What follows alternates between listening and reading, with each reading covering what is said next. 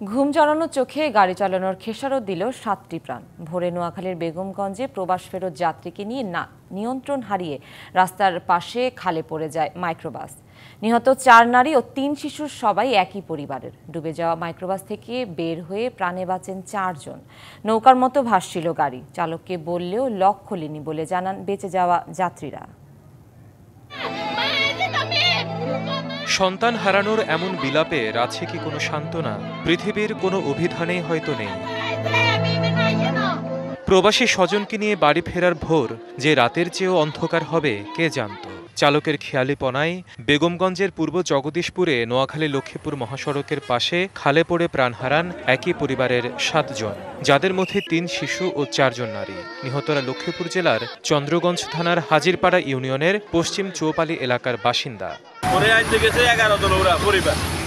তো এখান থেকে আসতে বেগমগঞ্জ চন্দ্রগঞ্জ পূর্ব বাজারের কাছাকাছি আসছিলেন, গাড়ি নিয়ন্ত্রণ ধারায় খালের সাইডে পড়ে গেছে খালে। আমার বোনে বলছিল যে হাজিরপাড়ার নানু অ্যাক্সিডেন্ট হয়েছে, কয়জন 7জন ছিল একই গাড়িতে। এটাই শুনছি, এটা শুনে আমি আমার বাইরে নিয়ে আসছি ঘটনাস্থলে দেখার জন্য।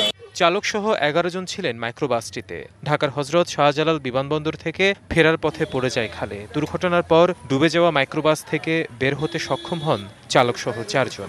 তারা বলতেছে তুমি গাড়ির লক খুলে দাও, আমরা গাড়ি থেকে দরজা খোলার সাথে সাথে একজন এক জায়গাতে বাইরে যাবো, সমস্যা নেই। সে কি করছে, গাড়ির গ্লাস খুলে সে নিজে বাইরে গেছে। তারপরে আমি এখন নিজে একটা ছোট গ্লাস আছে, আমি হাতে এটা খোলার পরে আমি নিজে বাইরে আসি। এখন আমার ওয়াইফে টানে, সে তার বাচ্চারে ধরে রাখছে। আমার বড় ভাবিরে টানে, সে তার বাচ্চারে ধরে রাখছে। মেজো ভাবি বাইরে এসে তার বাচ্চা ভিতরে রয়ে গেছে।